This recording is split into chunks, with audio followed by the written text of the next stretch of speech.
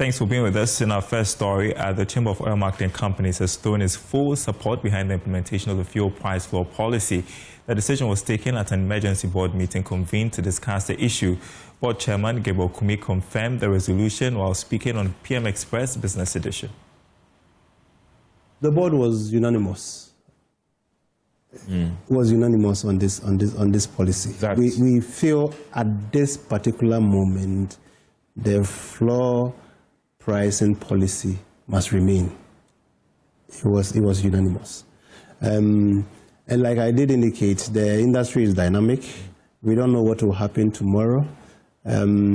Maybe Star is thinking ahead of time and is trying to come up with possible issues with this policy and trying to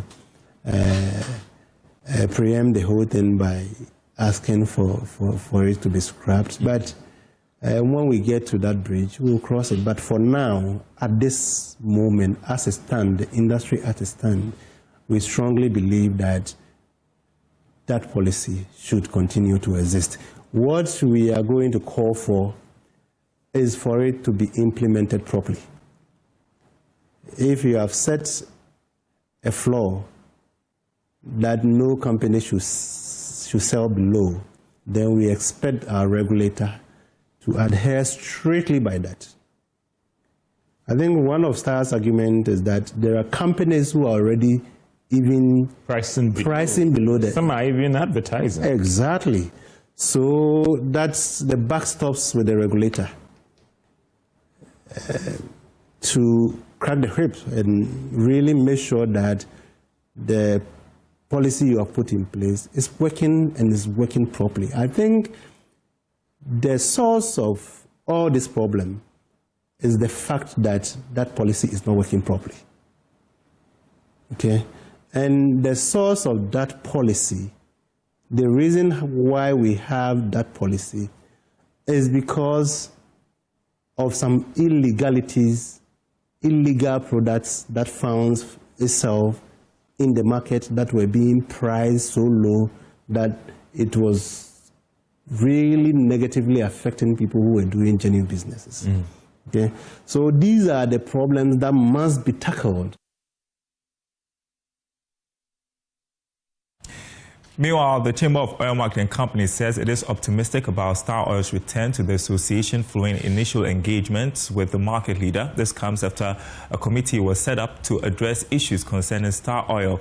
Here's Board Chairman Gabriel Kumi again. I must say it was quite a tough meeting, I must admit. But at the end of the day, we resolved that the position of the chamber, which is to support the price floor, should be maintained.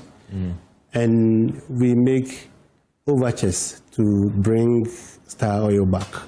And immediately we put a team together to try and engage Star Oil. Is that a committee or something? I wouldn't call it a committee. Or council of elders? Yes, it's just a few of us who have been tasked to engage Star Oil and get him back to the fold. You have responded officially to his letter, right? We did, yes, we did. What did you say in that? Of course, he has written a letter to us, so we had to respond. Yeah. I'm not in a position to divulge. That letter was leaked to the public, so we knew the content of what he said. Okay. Obviously, if you are responding, some will say for the interest of the public good. Yeah. Not specific wording. Yeah. But you know, the original letter from Star was not even supposed to get. But it found its way out. It found its way one way or the other. So, in the same vein, our letter was also not supposed to be in the public domain. He wrote privately to us. We had responded privately to him, and I want to keep it at that. But it was a very cordial response that we gave him. He's one of us. He's one of us. We are all brothers. We are all friends. We even this evening I called him and we were laughing. We were having fun about the whole thing. So I am quite confident. I'm quite confident with the mechanism that we've put in place. I'm quite confident that very soon Star Oil will come back to the fold. All right, Benjamin Isia is Executive Director of the Center for Environmental Management and Sustainable Energy, joins me on Zoom. This has been a big story this week, hasn't it been? And we've been going back and forth. So now we know the outcome of the emergency board meeting. The COMAC giving a strong support for the fuel price floor policy. Your thoughts?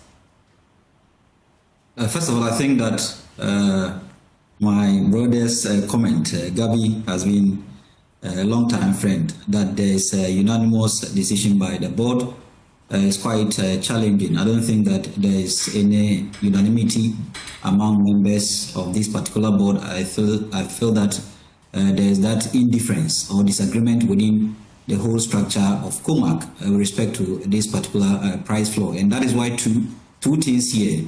Star Oil has suspended its participation of this particular welfare organization, and two, some OMCs have decided to sell below the price floor. It means that not all OMCs are in agreement with what COMAC is pushing or supporting MP, and I think COMAC should rather have a collective policy base with respect to this particular price floor. You don't think that Gabriel Kumi speaks on behalf of the OMCs when he says they've given their strong backing or strong support for the policy?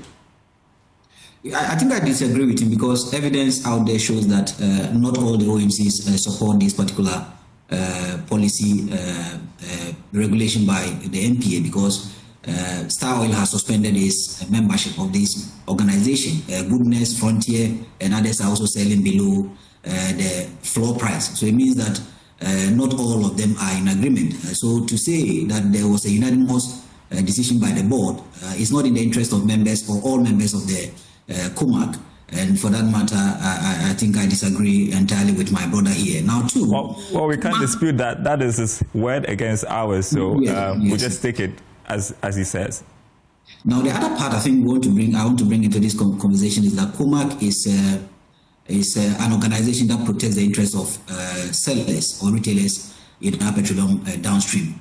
And for that matter, COMAC will support any policy that ensures that their prices are quite higher, because a price floor in its economic theory sense is a price that is above the equilibrium price. And any price that is set above the equilibrium price benefits the sellers more than the buyers. And for that matter, if COMAC comes to say that they support it, or Senior Kumi comes to say he supports it, he's supporting it because it is going to benefit the industry and not consumers. And that is why I think that the MPA and COMAC themselves should engage the CSOs and other consumer advocacy groups, so that we bring finality to this particular conversation, because most of the arguments that they've churned out or they've brought out with respect or in supporting of this price floor do not stand. One, they earlier introduced that the price floor was to curb some undercutting, irregularity or illegal practices within the petroleum downstream. They've never given us any evidence of undercutting, illegal practices of any kind for us to know that yes, there's data to support what they are arguing or what their position has been. So they built it based on assumption. The second argument they make from MP is that there's also predatory pricing. This is a myth. There's nothing like predatory pricing in the petroleum downstream, because any OMC that engages in predatory pricing will collapse in the next 2 years. The argument is that predatory pricing takes into consideration uncertainty in the future. Predatory pricing, because there could be energy transition, and if many vehicles begin to go e-mobile or electric vehicles, or vehicle users begin to buy electric vehicles, it means that in future, anyone that engages by selling cheaper today to think of taking advantage in future may fall out of the market. So it doesn't hold. Now, two, before you even bring in predatory pricing, there must be evidence. There must be known knowledge indicating that there are some OMCs engaged in this practice. As we speak, MD has not given us this particular result. So I think the assumption should have been an aggressive competition in the industry. And it's so because the aggressive competition, because one, most of these well-established OMCs are within central business district. I always argue that if you take the whole of Accra, the larger Accra, most of the new entrants or most of the OMCs, the Star Oil, the Zen Petroleum, the Benam and others are within the periphery. They are not in central business districts of Accra. Most of them, most of them are around Medina, most of them are around La Paz or going to Ofanko areas, most of them are around Spintex. But if you take central Accra, you wouldn't find any of these new entrants. So they use price to attract customers to their retail outlets. And when price becomes cheaper, the vehicular or the consumer now trade off. Looking at the cost-benefit analysis, we'll say, okay, if Star Oil is cheaper at the periphery, it's good I travel to Star Oil at the periphery to procure fuel from Star Oil, because at the end of the day, I'll get value for money. And that is why these companies are using price to attract. But if you bridge the gap using a price floor, it means that people will not waste their time, travel to the periphery to procure fuel. They'll buy from the central business district, thereby collapsing Star Oil and Co. That is one argument. The second argument also has to... No, just finish on that thought. Okay, the second argument also has to do with people. One of the arguments is that we are protecting smaller companies. I think that NPA makes this argument without looking at their own data. These are two smaller companies in the industry, EV Oil. Its share of the market is less than 0.02%. Its share of the market. There's another company called True Green Petroleum. Its share of the market is less than 0.01%. These companies are selling their product around 9 Ghana cedis, 99 pesos, and 9 Ghana cedis, 87 pesos for petrol, per liter for petrol. So if these smaller companies are being price competitive, it means that they are doing well, they are transferring efficiency, and you are not protecting them. You are rather taking them out of business if you force them to price similar to how much Goil, Total, and Shell are pricing, because these companies have goodwill. They are within central business districts and have vehicular population that come to procure from them. And I think smaller companies are using price competition to also penetrate into the market, and we must allow them. All right. And so you don't exactly buy the idea that this policy is needed for industry stability and, if you like, checking on issues of quality. But as it appears, the chamber says we give full backing to it. It appears it's going to be here for a while. What are the implications for consumers in the long term at the pumps and when it comes to price stability? So this is going to create a producer surplus. The producer is going to benefit. Comac is going to benefit. Consumer welfare is going to worsen because some of the companies may want to discount their product because they get discount from importers or BDCs, and they may want to transfer this particular discount to end users. But Comac is saying that no, NPA is saying that we will not allow you to transfer this discount. So consumers are going to suffer. I think consumers are going to suffer by about 10 to 20 pesos per liter, because some of the companies would have decrease their prices by about 10 pesos. And if consumer is saving 10 pesos per liter, imagine how much they will save a month to a year. So consumer welfare is going to reduce as a result of imposition of this price floor. I believe that we don't need it because the market itself sets its prices. Market sets price based on the location of the retail outlets, based on the supply demand forces, based on the goodwill or the brand itself. So the market has been setting price. We should not allow any imposition, because introducing any price floor in the industry means that we are going back to regulation. And if you go back to regulation, it's going to stifle out smaller competitors out of the market than even your projection of being protecting smaller competitors, because the smaller competitors are rather giving us favorable pricing compared to the bigger OMCs. And I think Comac may support, but as a consumer of petroleum products, I don't think I support Comac, because Comac is just pushing their interest of benefiting from petroleum end users. All right, my last question will be on Comac and its exit on Star Oil and its exit from Comac. What do you think are the potential implications of this? And would the return, like we heard from Gabriel Kumi, would the return of Star Oil to Comac bring about some industry cohesion and coordination within the oil marketing industry? This is not the first time that OMCs have suspended their membership from Association of Oil Marketing Companies, or Comac. I think in 2024, well, this same, because of these same issues of price floor, well exited from it, but I think now they are back. So Star Oil will be back. I believe that Comac should have a collective position on this particular subject and not maybe tag along the position of NPA because of their mentality of return on investment or maybe profitability. I also think that Star Oil should also relax its position on this particular matter and accept a discount policy on this particular floor price. I think earlier, under the previous regime, there was a discount policy. There could be a floor price of 9 Ghana cedis, 80 pesos, but MPA allowed a discount of about 5% or 5 pesos or 10 pesos. So MPA should allow this particular discount so that others that want to sell below the floor price will be allowed to do that in certain areas, especially closer to central business districts, so that they can also attract vehicular traffic to their retail outlets. I believe in consensus, and I think in that Star Oil should suspend its decision of revoking its membership and join COMAC.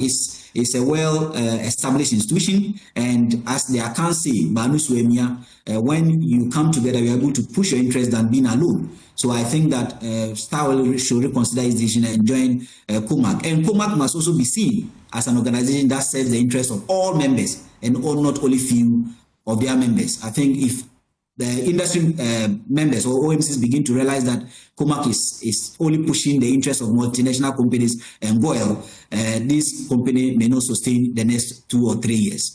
And I guess the debate will still go on while we try to find some consensus on this matter. Thank you so much, Benjamin Inseh, Executive Director of the Center for Environmental Management and Sustainable Energy. I appreciate your time on the marketplace.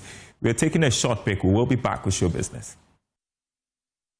And thanks for staying with us, everyone. Today on Show Business, we turn our attention to the business of entertainment, an industry that generates growing revenue across Ghana and Africa. But behind the glamour lies a persistent problem: weak contracts and limited access to legal protection. Joining me is culture journalist and creative economy analyst Kenneth Aojedako to help us unpack why contracts and lawyers are no longer optional in the entertainment space. Good to have you in the studio. We are talking legal stuff today. So we hear about contract disputes in the music and film industry almost every year. Yeah. And I'm sure we should prepare for some as we head into the year.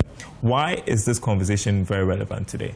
It's very relevant, especially now, because, I mean, we are just some weeks into 2026, but we have enough legal battles to last us the entire year, because we've had, I mean, just this week we had the issue with Kwesi Arthur. We know what is happening with the Lumba estate as well, and some other issues around the space. So it is very important that we have some of these conversations to ensure that the creatives in that space are very abreast of, I mean, what they need to do in terms of these, I mean, global shifts that's happening, because we know that there is a gradual shift in the way art is being consumed globally.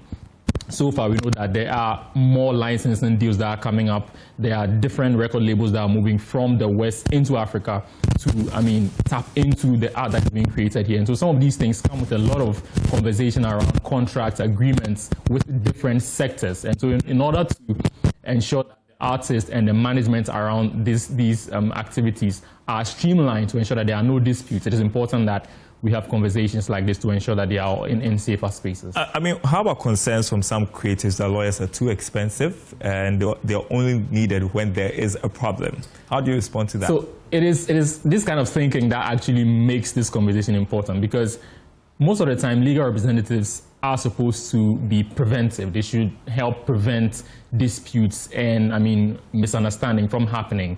And so if you are able to involve some of these persons in the early stages of your agreements, or you're going into contracts, you're able to involve them around this period, it's even much cheaper to be able to afford to do these things around this time. And it's better than leaving it to chance. I don't know about afford. I mean, and because most of them can they? Exactly, because if you get into a space where so much money has been made, and so everyone is now looking at benefiting from that big pie, it becomes a harsher legal battle, because there's money involved, there's so much money involved. People are willing to invest so much to be able to get what they think is a fair share to them. And so at that stage, it becomes very difficult to afford lawyers, because you're also looking at your financial capacity to go into that battle. And so if you want to prevent some of these things in the long term, when you're certain of it, it's easier to, I mean, contact some of these legal representatives for assistance before it gets too late. Because, I mean, there's that conversation that lawyers are expensive, and so it's harder to get them. But we all have persons in the spaces. There are relationships that can be created with some of these individuals. They are also human. They understand, if they really understand the situation that you are going through, there may be a way to meet each other halfway to ensure that everyone is catered for. Well, I hope that is the case. But work is work. Anyway, so let's talk about some of the legal mistakes Ghana's creatives make. So as we talk about the weeks ahead, I mean, these are some of the things you should be watching out for.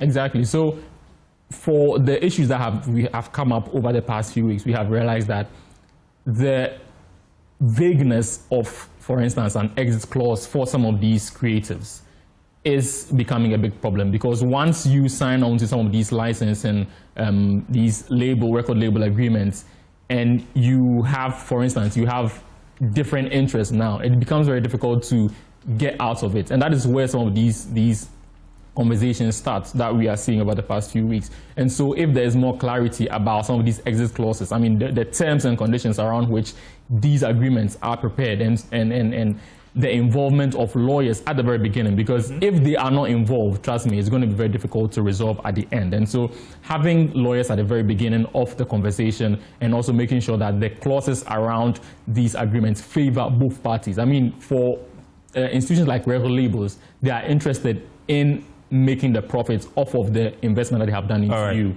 And also the artist also wants to have the maximum benefit. And so we need some of these things to be streamlined to ensure that what needs to change to build a sustainable entertainment industry, do you think? For now, as far as revenue and collection is involved, I mean, in the context of some of these events in the past few days, it is very important that even as much as we have copyright laws, there is that conversation that the structures are not robust enough to ensure that some of these payments go through the channels that they are supposed to go through. And so it actually compounds the situation that we are seeing now, where we have legal battles when it comes to who is supposed to get what and how is supposed to get to those spaces. And so we need stronger institutions to be able to cater for the interests of both record labels, artists, and everyone that's involved in the creation space, and also the involvement of lawyers. And we need to encourage more lawyers to also take up the entertainment space as a very good avenue for serving the society at large as well. All right, somebody's got his legal cap on. We are not. Today we are trying to. Hopefully soon, Kenneth Auchidako Esquire. That's the marketplace, everybody. Thanks for watching. More news on our website, myjoyonline.com/business. My name is Darryl Kwao. The day's latest story is over there. Y'all took it off. That's fine. My Joy Online. We're back same time next week.